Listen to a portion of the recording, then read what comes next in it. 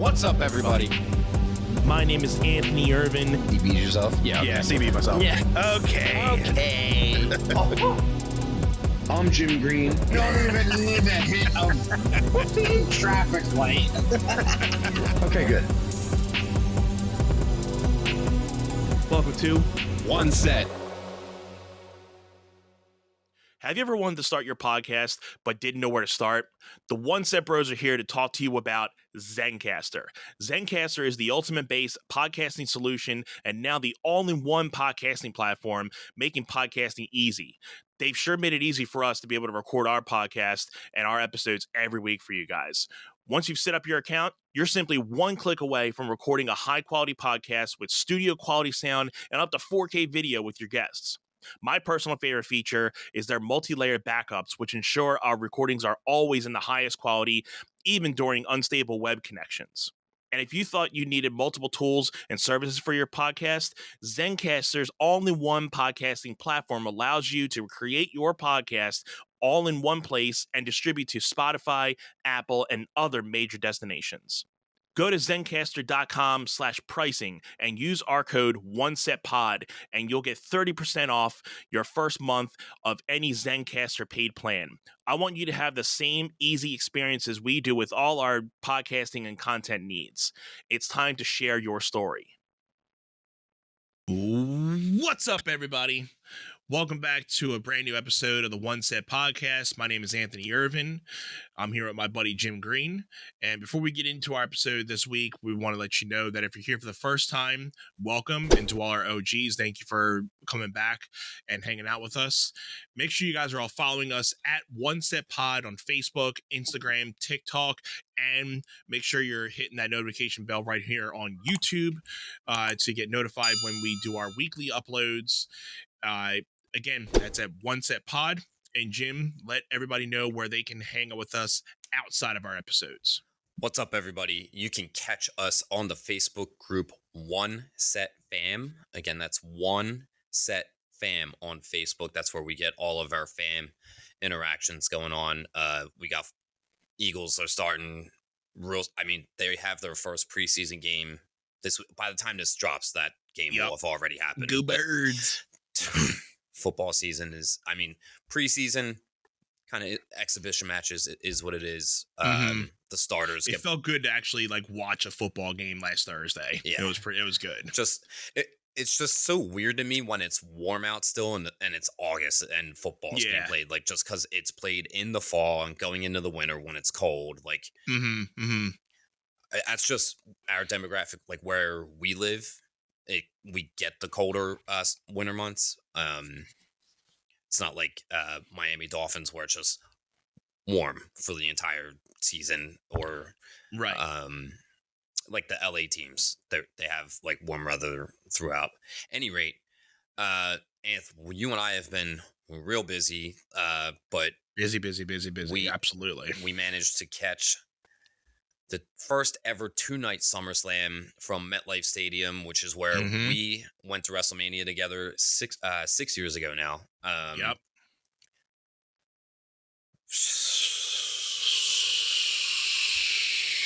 So much to unpack here. Much to talk about. We got a lot to talk about. And we're going to try to keep this moving short for, our audience, because we like to try to, go into detail, but we've been seeing that kind of keeping these shorter, condensed with our episodes, that we're getting a little bit better traction. So we're trying to keep these contained into a 30, 45 minute piece. And plus we got 2 nights to cover, 7 matches on the first night and 6 on the second night. So we got a lot to pack in with it. That is basically what the Mania card was. I think it was 7 and 6. Yeah. So let's get straight to it, man. Night 1, we had Jey Uso and Roman Reigns versus B&B Security. That's Bronson Reed and Braun Breaker. A great way to open SummerSlam. We get Roman Reigns out there. Cheyenne was like, it's so weird to see Roman not headlining or main eventing. I thought the same thing. I'm like, when's the last time that Roman opened up? Not even just a SummerSlam, but just opened up a PLE. When's the last time Roman opened up a show? So it's been a while. My take on that was when you get to be Roman Reigns level, you get to do the Brock Lesnar thing and say, if I'm not main eventing, I'm going on first and I'm done. I'm like, I go in, I do my work, and I get to leave. Hence, like you were saying, WrestleMania 35. Brock Lesnar and Seth Rollins. Yep. Yep. That's exactly what that was. Great way to open the show. Roman Reigns is doing what Roman Reigns is supposed to do and making the up and coming talent look strong. I mean, yeah, the way that they've built Bronson Reed's Tsunami now, and I'm talking more so from Raw last night. Like, the guy would do a Tsunami in NXT and pin the guys. It's been since he went out from his War Games injury where he broke his foot. Yeah. Since he's returned and he did those 6 tsunamis on Seth, like, and I was like, oh, okay, he's dead. He's gone. Yeah. And I always think back to the Braun Strowman tsunami on the car. Was that a tsunami on the car? I'm pretty sure. I think so. Or no, was it hit? What did he? Power slam. I think it might have been a power slam. Yeah, I forget. I'll have to go back and look. Yeah, but Bronson Reed's tsunami is like the atomic bomb. It's literally like just lights out at this point. Obviously Roman Reigns and Jey Uso pick up the win. Roman Reigns jumping in to take the spear from Braun Breaker for Jey Uso to get up, super kick him, and then hit the super kick and the splash on Bronson Reed. I thought was an excellent finish. Roman coming in to protect. I will say, with the way things panned out on Raw last night, with CM Punk and Roman Reigns coming in, obviously Seth Rollins had to like stand tall. Even though I was like, I think LA Knight might get this win tonight. Like, we were hoping for a little bit. Yeah, I know. Like, realistically, I was like, they got the belt on Seth. He's supposed to be like the head heel for Monday Night Raw going forward. So him losing it would have like just made all of that build worth nothing. That was the only thing that was like really holding me back. And I was like, whatever. I'll make the bold prediction because the nights after SummerSlam and they were in the Barclays Center in Brooklyn, I was like, they usually do pretty big stuff. And it made me think of when Mankind won the triple threat match with Triple H and Austin at SummerSlam back in '99, and then Triple H won the title on Monday Night Raw the night after. So I was like, maybe this is the time. Like, we talk about like, hey, LA Knight, because the formula just seems to be those major title changes are happening at the big PLEs. They're not happening happening outside of WrestleMania or outside of, like, clearly Cody Rhodes winning was at WrestleMania 40. John Cena winning from Cody Rhodes was at 41. Cody Rhodes winning back just happened at SummerSlam. We'll get into that. But like, that main title does not change hands outside of Mania or SummerSlam in the last. Yep. And before Cody Rhodes winning it was Roman Reigns winning it at Payback, which was the PLE right after SummerSlam 2020. Like, it's nuts. It's nuts to think that that's how little that main title has changed because of Roman Reigns' 4-year title reign, right? Like, it's just insane. Yeah, I agree with you. I think the Roman actually, sacrificing himself to give Jay the upper hand was showing how the transition that Roman Reigns is taking with his character to know that, okay, he's starting to kind of let his self-esteem to come down and to, not be this like head honcho person, to let people, that he's starting to put family first be more than what he used to. But I think giving Jay the upper hand, like you say, letting the younger talent start to get their way up, because there's only so much more time we have of Roman, and this is obviously a different OTC that we're seeing at probably going to be starting to see. Yeah, I apologize. I definitely like tangented off a little bit, and we're trying to keep this short. Sorry, y'all. Zero in it. Zero in. It's all good. The point I was trying to get to was Jey Uso not coming in at the end of Raw last night was weird to me. Given Roman made the save at SummerSlam, and it's kind of like, unless if they're writing that story for Roman to be like, dude, where were you? I sacrificed myself for you at SummerSlam, and then we're out there getting handed to us, and then so it's like I said, Seth needs to be pushed as this like super powerful heel with the title. I get it. I would like to think at this point Seth does hold it until WrestleMania Mania next year. Yeah. And then we get some big triple threat or some big CM Punk Rollins that we all been waiting for, and then CM Punk gets his Mania moment. Yeah, because CM Punk's not getting any younger, right? Like, so I'm like, how long can they drag this story out, right? I mean, if they're going to give him his, I mean, he's already main evented Mania, but I think he obviously wants to get that title one more time. So if they want to just give it to him, it's going to have to be at 43 next year. So 42 this coming year. But like, it's interesting to think of how many people that Seth is feuding with. It almost makes sense for him to have a multi-man title defense at WrestleMania against all of these people, right? And let's just leave it right there, because we could just go on and on and on about that. And we haven't even talked about the cash-in yet. Let's move on to the next match. This is Charlotte Flair and Alexa Bliss versus Roxanne and Raquel Rodriguez from the Judgment Day. I just lost the page. That's all right. It's all good. So you said you didn't quite get to see this match in totality. Yeah, I didn't see it all the way through, but from what I saw, I thought it was pretty good. I didn't see the ending pinfall, but I'm definitely okay with it. I went in assuming with the build up between Charlotte and Alexa that they were going to get this win. So I'm okay with them doing that. And then if Judgment Day gets a rematch, so be it. But I do like the fact that, you have Charlotte again.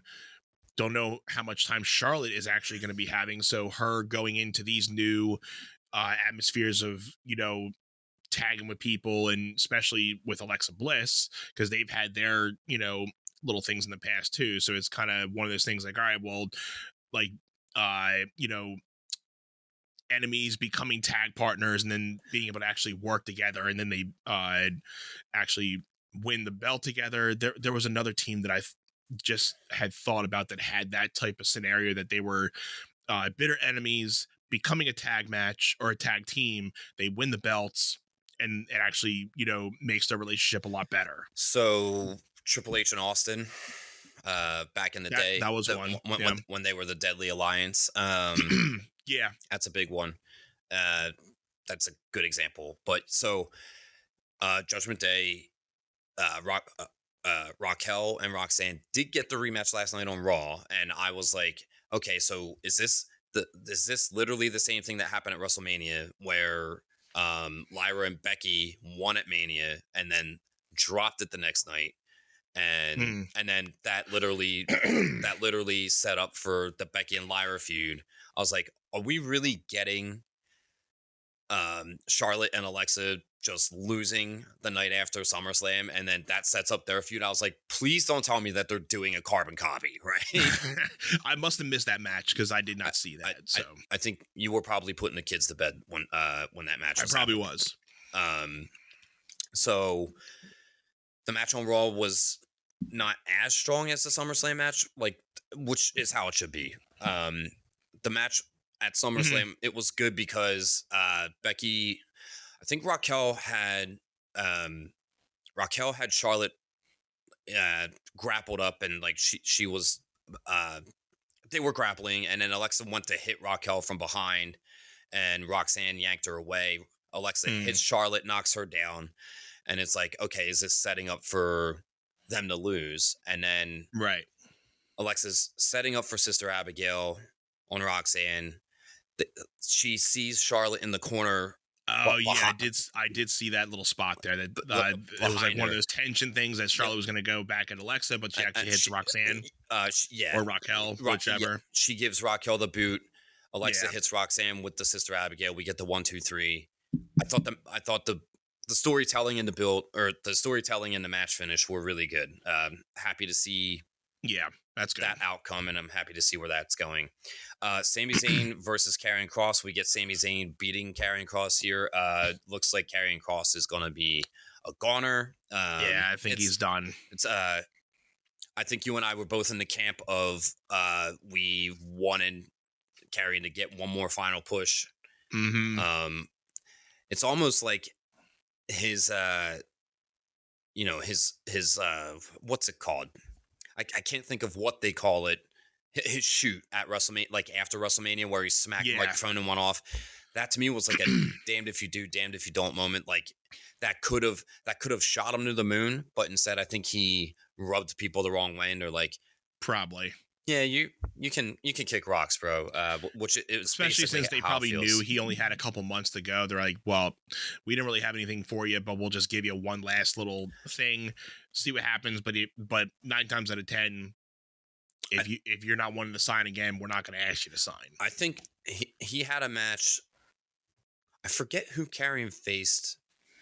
He had 2 matches on Raw from what I can remember, because he had the one with Sammy, which I was like, well, looks like they're leaving Karrion off the SummerSlam card.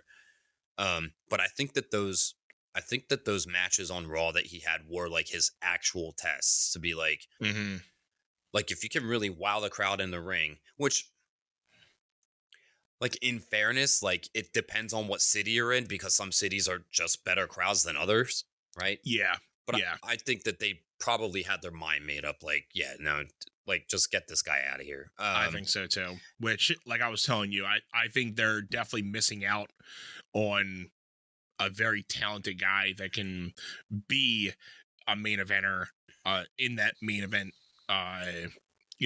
picture. But again, just like anything, business is business. But I definitely think, and we're not going to start speculating, oh, he's going to go to AEW, he's going to do this. If he ends up in AEW, cool, because he might get obviously treated better. He might get the push that he always deserved there. We'll see what happens. But yeah, I just think it's bittersweet that we probably just saw the last of Karrion Kross in WWE. Yeah, I think so. And I think the fact that if they want to push Sami Zayn into the main card, they couldn't have had him lose. Yeah, to get him a push. That wouldn't have not made sense. So he had to win this if he kept, because his mindset has always been, I'm going to be a world champion. A world champion. So he can't be losing at SummerSlam to be like, oh yeah, I'm still going to be a world champion. You got to start pushing him. So it's either one or the other. And I think obviously they have more faith in Sammy than obviously Kross. So it is what it is with it. But it sucks that Kross still, even with that shoot, didn't really wow anybody. Yeah. So I couldn't have said all of that any better, dude. Yeah, literally, like, you are 100% right. Sammy losing would have been real bad for him. Like, he needed to get that win. Unfortunately, so did Karrion, but like, if he was on his way out anyway, like, just go eat the L and best of luck on your future endeavors. Let's and moving right along here. Tiffany Stratton and Jade Cargill. I will say I haven't seen this match in full yet. I did catch the ending, and I was like, oh wow, Jade lost clean. I definitely thought Tiffany was gonna drop the title here, but I thought so too. But I would have been okay. At the same time, it's like, she did beat Charlotte Flair at WrestleMania, so it's like, for her to drop the title, it better be to someone. And I'm not saying that Jade doesn't deserve it, but I think Jade still has work to do. Like, that's just how I feel about it. Like, I think that's probably their dilemma too, that she still has a little bit to go before, but she's definitely up there, but she's just hasn't crossed over that little plateau yet. Yeah, I think for them, it's like, okay, Jey Uso versus Gunther at WrestleMania. Like Gunther hits his marks all the time. The guy is one of the best in the business. And they were like, we already had this rocket strapped to Jey Uso. We might as well pull the trigger on it now. Because if we don't, he might not ever win, and then Rikishi is going to be all over us, right? Yeah. So, and like the Jey Uso win was good. He had the title defense against Seth Rollins on Raw that I think was his best match ever, right? Yeah. But other than Jey Uso, back to Jade Cargill here, it's like Tiffany always hits her marks. She's really good. It's like it would be a disservice to take the belt off her. Why not keep building her and get Jade to fine tune everything so that when she does get the win, she deserves the win, right? Absolutely. All right, let's get to the Drew McIntyre, Logan Paul versus Randy Orton and Jelly Roll match. I felt optimistic that this match, like, I felt pretty good if they were going to put Jelly Roll in the ring, the Jelly Roll was going to do all right. I knew the guy had been training. I was very surprised how, and again, I didn't see the full match, but from what I saw, I was very happy with how Jelly Roll, like, put himself in, and the spots that he took. Yep. I mean, that, the one on the announcer table. Yep. That was stellar. I can't. We've said everything we can say about Logan Paul. We're big Logan Paul fans here. Yep. So we are not going to go into that thing. Logan Paul, every time he's in a ring, it's magic. You never have to worry about it. You never have to worry about Logan Paul in the match. It's like the only person I feel bad for in this match is Randy Orton. Yeah. But I do got to give a big,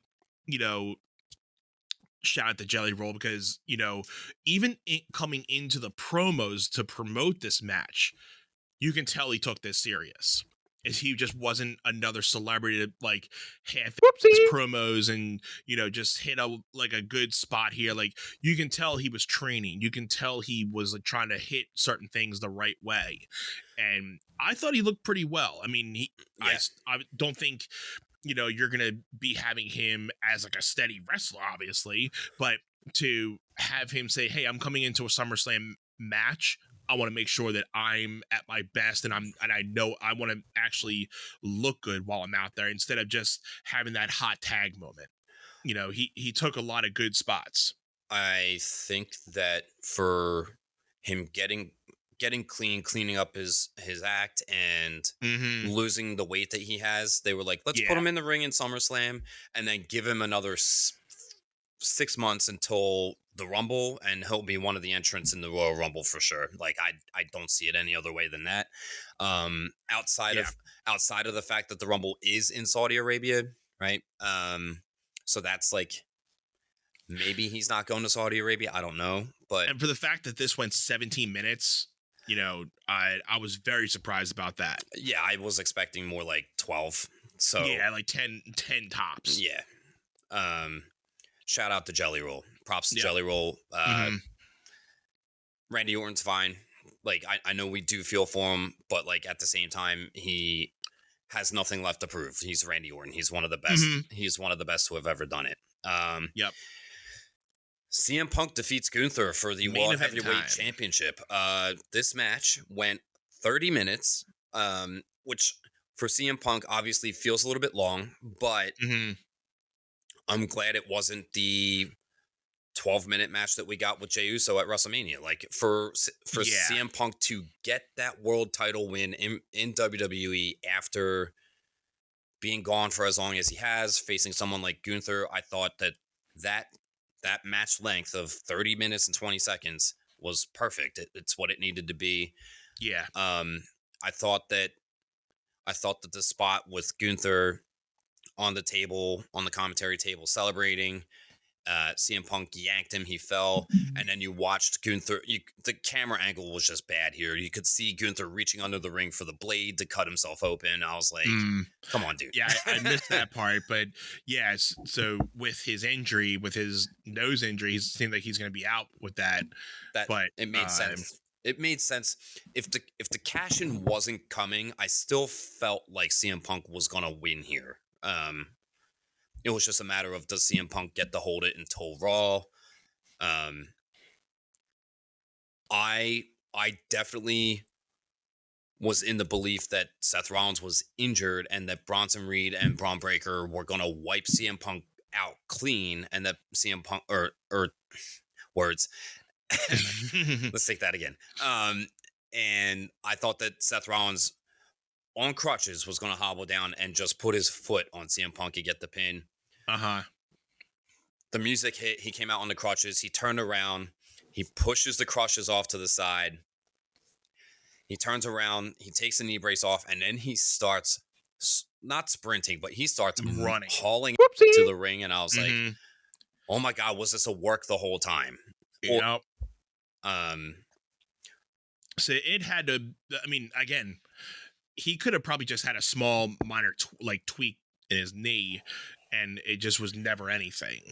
But I'll just give like a small serve. Like I've been watching the Unreal thing on Netflix, and again, to a lot of people thinking that like, oh, they're giving away like too much information. I think they're still keeping everything like a secret, but I think it's more centered around how Gorilla works. They've been really putting an emphasis on how a lot of the mechanics and the things are going on in Gorilla. Like you're not seeing the wrestlers like practicing their matches and then taping those things.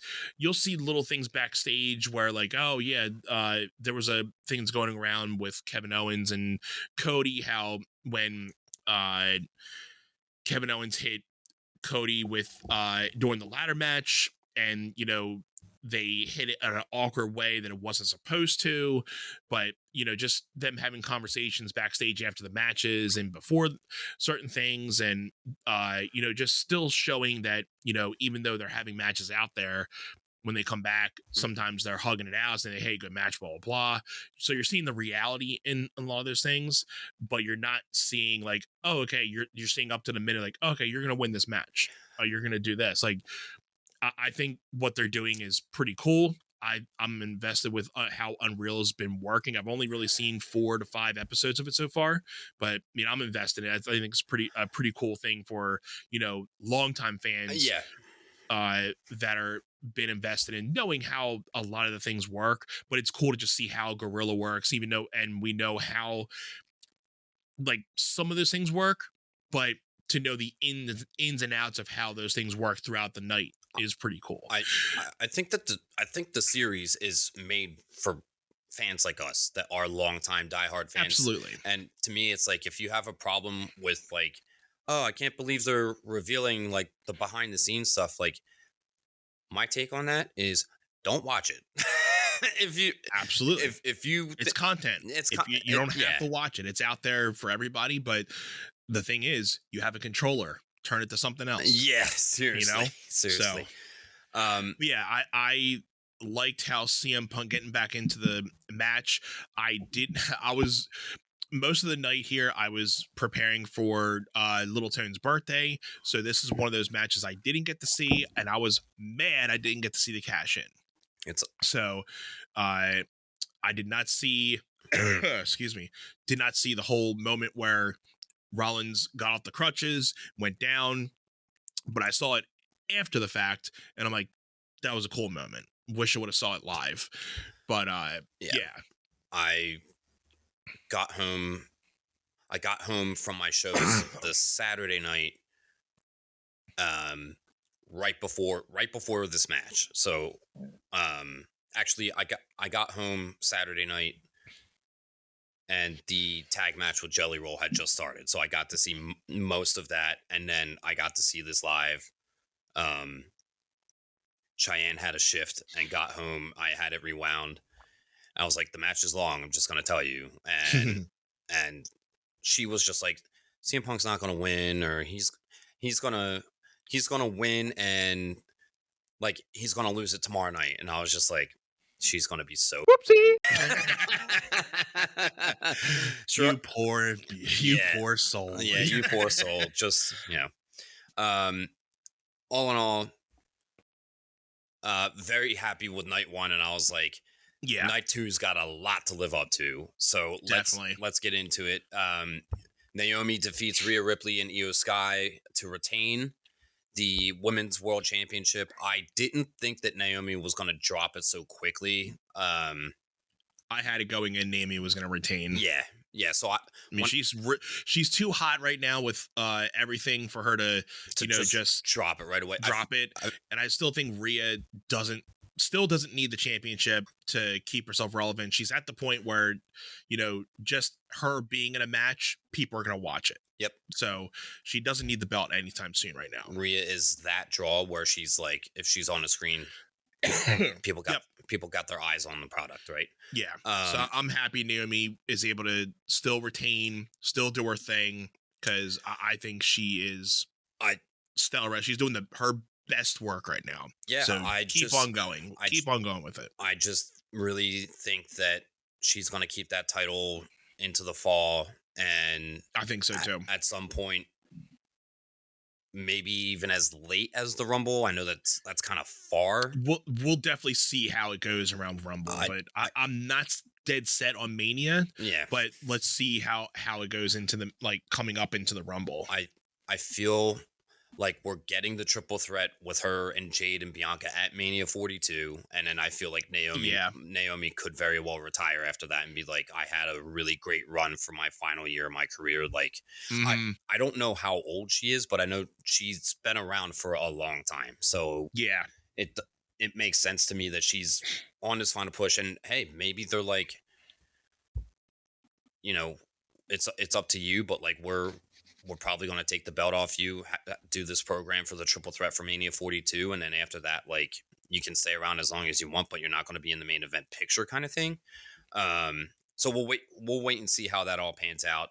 Clearly the story here, on Raw with Rhea, and did you see Rhea and Io backstage with their little segment? I don't think I caught that. So Rhea went up to Io and was like, I heard that you went to Pierce and asked for a match against Naomi, and Io just said, well, I wasn't the one that got pinned last night. That was you. That's always been her shtick, of like saying like, you've never beat me. Which she said again, Rhea was like, well, I wish you the best of luck, because when you get that title, I'm gonna beat you for it. And Io was like, you can't beat me. Yeah, you've never beat. So walked away. I like how like they just continue to keep that thing going. It definitely feels, and we could just get Rhea and Io at WrestleMania. I wouldn't hate it. No. And then let Rhea get her win over Io Sky whenever that does finally happen. Mm-hmm. I actually love that Io Sky is the one person that Rhea Ripley hasn't beaten. Like, I just think it's so cool. Yeah. Okay, we get the TLC match here. That's Dexter Lumis and Joe Gacy from the Wyatt Six against Andrade and Rey Fenix, DIY, Fraxium, Motor City Machine Guns, and the Street Profits. This match was the match we should have gotten at WrestleMania. I'm just happy that these guys actually got this match at one of the big PLEs. So many insane spots. They had the Dudley Boys there. They had the Hardy Boys there in the crowd, which I thought was amazing for the 25th anniversary of the TLC match. Dude, the one moment that really sticks out to me is Ciampa dangling and then hoisting himself upside down. And I saw that. That was awesome. Staying there. I was like, Tommaso Ciampa is that dude. All right. Like, yeah, that was a good spot. I mean, there were so many things in this match. Yeah. But that one being that, and then I was like, okay, that spot's, I mean, people have crashed from the ladder to the table outside plenty of times. Someone hoisting themselves up and being upside down that far above the ring, never been done. Just kudos to Tommaso Ciampa for that spot, dude. And I got to give a shout out to Candice LeRae for taking that ladder spot. I know the ladder was pre-cut. That was tough. Yeah, I know the ladder was pre-cut, and it was just like, and split, like nice and even when she fell on it. But like, right, for her, I don't think any other woman, like female star, has taken a ladder spot like that. So like, I gotta give her props, dude. Onto a ladder. I think the only other person that has taken that high but was onto a table was Chelsea Green in one of those other Money in the Bank matches, I think. But going on from a ladder to a ladder, yeah, Candice LeRae hit one of this, and yeah, that was a definite moment in there. Yeah, and then seeing Montez's Ford's like eyes like bulging out, like yeah. I mean, we love Montez Ford. We want the world for him, and like we've talked at length about like. I feel like he is sacrificing his own singles push to hang with Angelo Dawkins because I don't see anything going on for Dawkins if Montez Ford gets split away from him. Which I think is just such a testament to Montez Ford character to just be like, no, I came up with Dawkins. I'm not going to Angelo Dawkins. I'm not going to leave him by the wayside just for my own singles push. Like I think that just. It's such it'll be cool if he eventually gets a single run. But yeah, I am cool with the dedication to him with his tag team partner because they're doing good stuff either way. Yeah. Let it ride. Yeah, the Wyatts retaining here I think was the right move. They will continue on to be what they've been built to be, and I think it's the right call. Like I think Creative knew that they lost steam with the off and on that they've had with the injuries and stuff. They need this to kind of just give their last, and if this is like their last little thing, I'm okay with it. Yeah. Unless they have something else after they drop the titles. But again, I think Bo's also in the same thing. Like, I don't have much more to prove. It's just more because I don't think it's necessarily as much of a tribute at this point. It's just like, hey, let's do the tag team run, maybe one more singles run for an Uncle Howdy thing. I don't know how that kind of works in with something, but maybe that's just maybe the next step after it, and then they're done.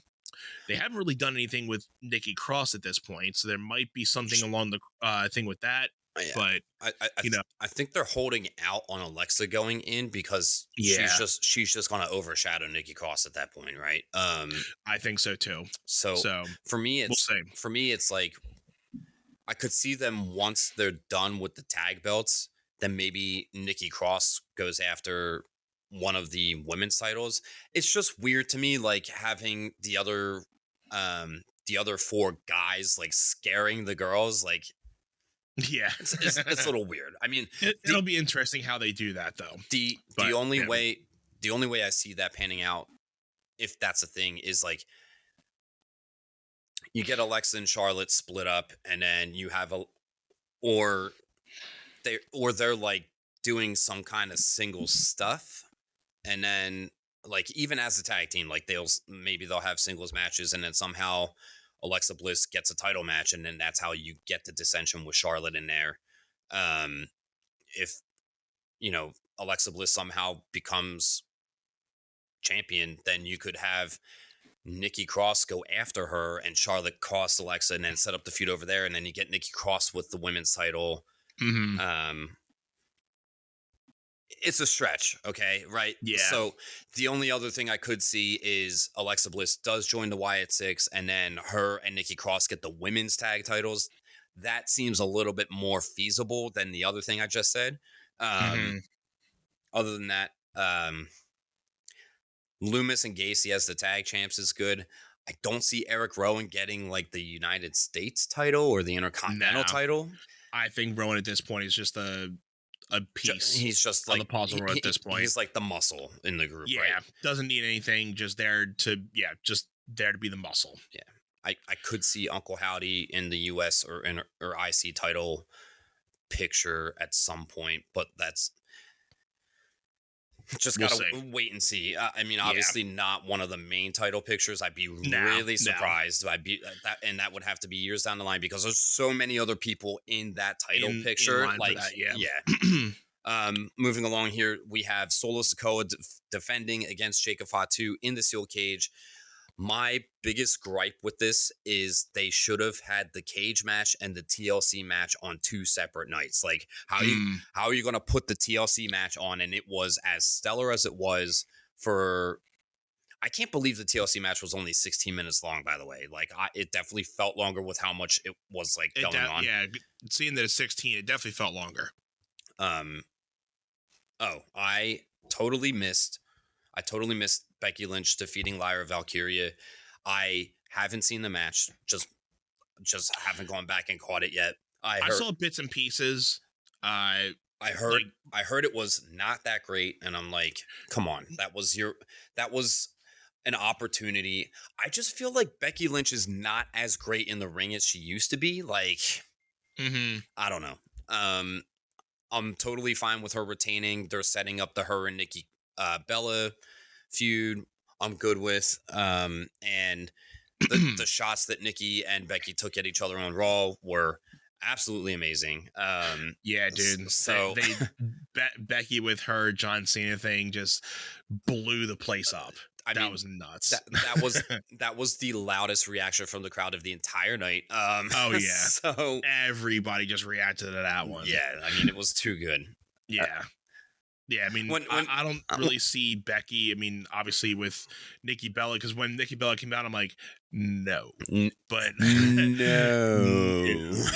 But after that little John Cena spill, I'm like, all right, it'll be good, because then you have that little thing going. That's going to spark something out of that. So that was at least a cool moment for that. But to me, it was like, we think about, and I'm not comparing the two of them at the level of The Rock and Hulk Hogan. But like, for me, the women's division has been solid for as long as it has, that you have these upper marquee female wrestling matches. Again, feel how you feel about I keep saying Nikki Cross now that we were talking about her, Nikki Bella, but she was at the top of the women's division in her time, right? So getting Nikki Bella and Becky Lynch in a match, it's like a high profile women's wrestling match. How it does in the ring, like I'm not feeling super confident about that, but the stardom behind it, it definitely kind of sells itself. Looks like Lyra Valkyria and Bayley may or may not go on to have their feud. Clearly backstage, Lyra was like, you said Lyra was like, stay out of my life. Like, yeah. So we'll see if they'll rekindle anything, or if they'll just kind of, take that off for a couple weeks, revisit it in a couple weeks. We'll see. But looks like as of right now, they're just letting that go, and Becky's moving on. So I feel like Lyra's been caught up with Becky and Bayley so much, I can't see her just wrestling other women superstars right now. Like, there has to be some type of conclusion with that before they both move on. Yeah, which is why I'm like, maybe they get a match at Clash in Paris, and then maybe Lyra takes some time off, and then she gets just like thrown into. I feel like somebody else needs to enter the her and Bayley feud, or two other people, to help pull them away from each other, and then we can have Lyra go off and have another program with someone else, or we get the draft that's supposed to be happening, and then Lyra can go to one of them gets split up. Lyra goes to SmackDown, and she's just in the mix of other people, which I would be totally fine with. I would think the draft is more reasonable. Yeah, that makes, because then you can just basically say they just left each other. Okay, one goes to one program, one stays on that program. They're good. Yeah, that might be the most reasonable thing to do, instead of dragging it out with another match for them that they've already had. And like, totally give us Lyra Valkyria versus Tiffany Stratton on SmackDown. Like, I'm not mad about that at all. The cage match, back to the cage match. Like you said, I definitely agree with that. That how the TLC match was good, so stellar. Why would you have the cage match follow it in the same night? It didn't. You definitely could have probably switched that with like the cross or the jelly roll match, and put that on night 2. And then have Solo being switched to the night 1 if you really wanted to go that extreme. But yeah, I agree with what you're saying. Like, give Friday a little bit more beef, but I feel like if they put the Sammy and Karrion match on the Sunday, it's kind of like, this is going to be a total dud on the second night, right? Like, I feel like I agree with you, and at the same time, I'm like, I feel like on Sunday it would have totally just aged. Whoopsie. Honestly, definitely. We get Solo Sikoa retaining here. This to me just means like, maybe they're getting Jacob Fatu set up to go into the upper mid card away from the U.S. title. But I feel like his business, the Bloodline business, is never going to end, right? Like, they're always just going to wind up back to each other. because they still have Jacob and Jimmy still like kind of working together. Yeah. So they haven't really made that a thing. They're still kind of like, okay, cool, you're helping me out, I'm helping you out, but they haven't really like made a connection like, okay, cool, we're like a team. So it's like they have to do something with that. So they could just still run this Jacob Fatu and Solo thing one more time as like a final 3 and out, but maybe they get split up in the draft too. Like maybe Jacob Fatu just gets sent to Raw and Solo stays on SmackDown, or the other way around, whichever. Dominic Mysterio versus AJ Styles, I thought was a great match. In they definitely paid tribute to Eddie Guerrero with. I loved. I didn't see Dom's entrance, but I saw like a little bit of going into AJ Styles match or entrance with the car. Yeah. That was perfect. That was a definite good like callback. Yeah, so that was good. Cool. The Dom's boot sliding off and doing that spot, that was a total Eddie thing. Yeah, I think I thought AJ Styles was going to get the win here because it seems like they're setting up for Dominic Mysterio to win the AAA World Title, which would just get more eyes on the AAA product. They have their big Triple Mania event happening August 16th. But it looks like Dom's holding that IC title, and it looks like AJ is eventually going to beat him. Like, that program is continuing, so that could be a Clash in Paris kind of thing. And I am okay. I'm okay with it. I thought that they might set up for AJ Styles with the IC title versus John Cena. For John Cena to get his, the IC title is the only belt he hasn't won, to just get him that Grand Slam championship. Not that he needs it particularly, but just to give him that one more accolade, right? Before he wraps it up. So let's get into Cody Rhodes versus John Cena.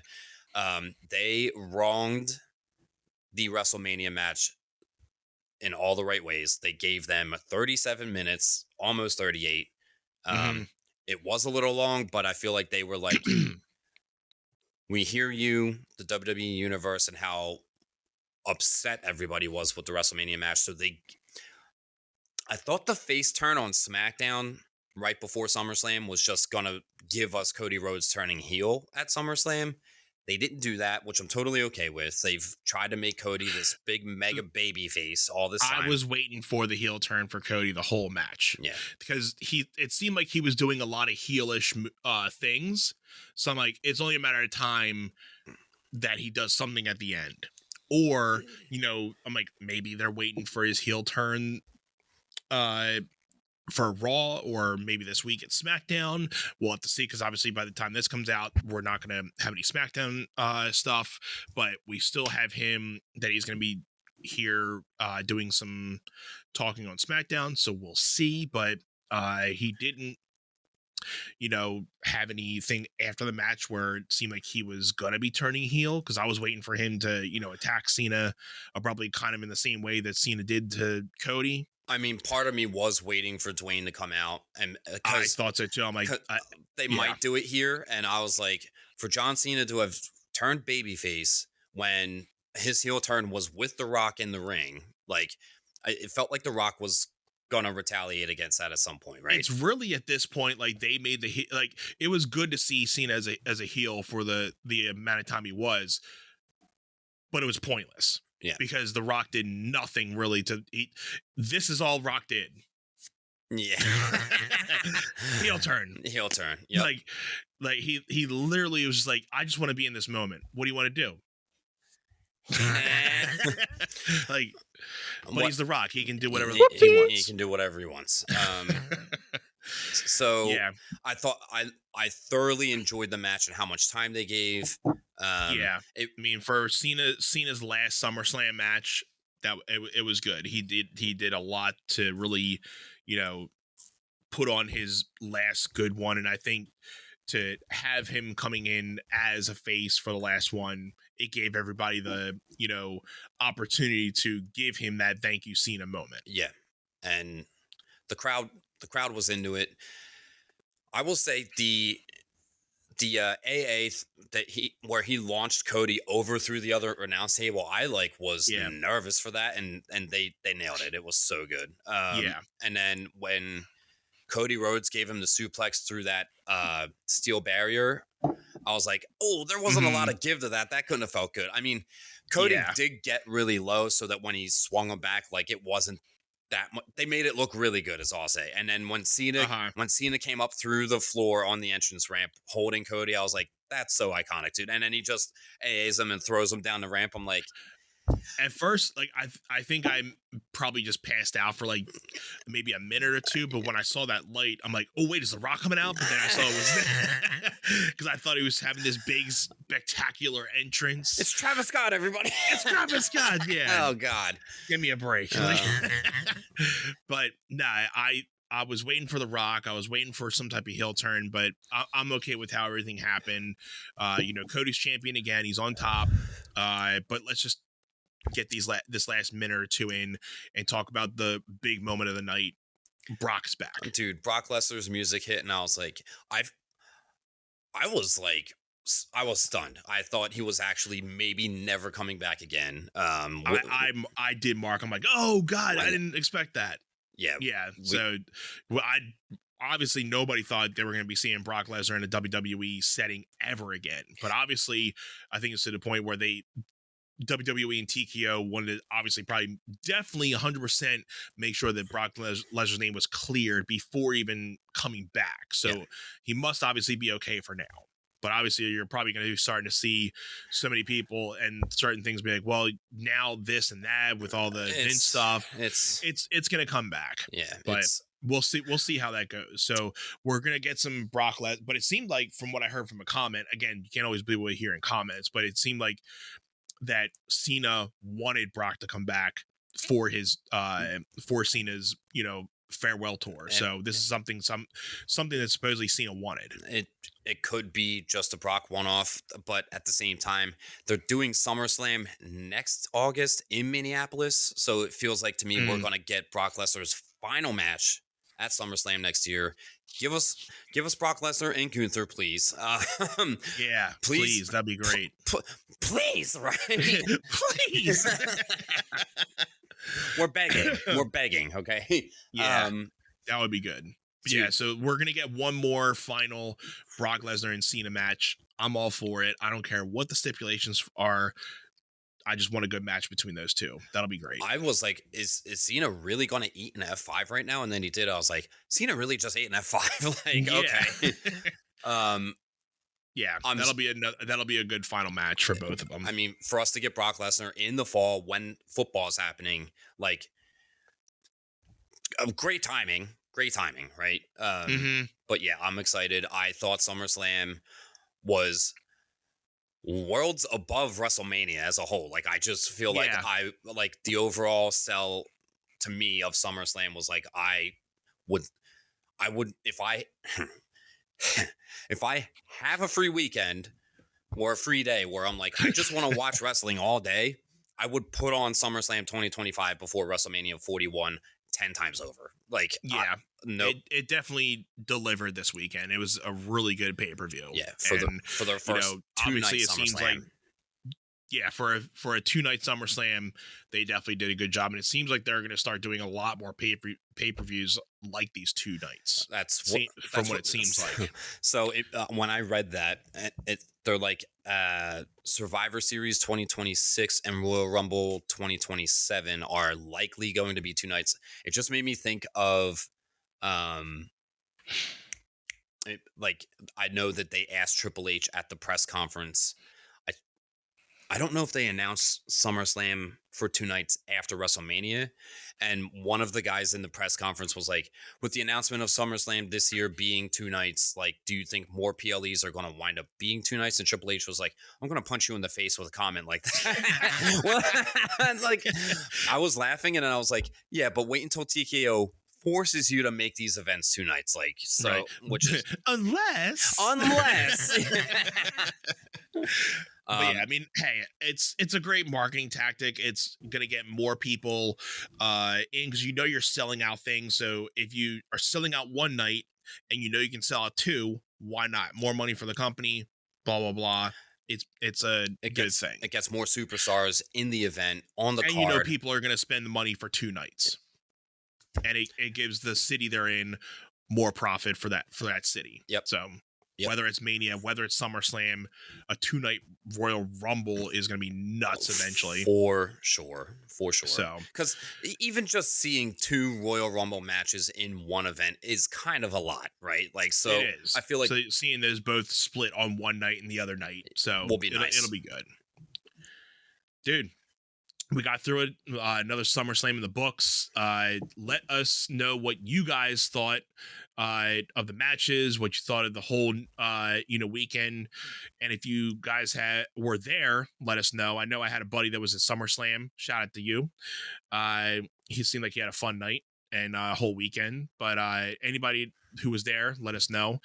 And if anything, make sure you guys are following us at One Set Pod on Facebook, Instagram, TikTok, and right here on YouTube. Make sure you're hitting that notification bell. And one more time, Jim, let everybody know where they can hit us up outside of our episodes. That would be the Facebook group One Set Fam. That's the number 1 Set Fam. Go Birds. We are ready for football season. Go Birds. And this is going to be the season. I am not going to say we're repeating, but I'm not going to say we're not. But I am ready for the Eagles to demolish the Cowgirls in game 1. In game 1, I am all aboard on that one. Anth, thanks, brother. Love you. And love you too, dude. Y'all, thank you so much. All the love to you. Until next time, it's been One Set. One Set.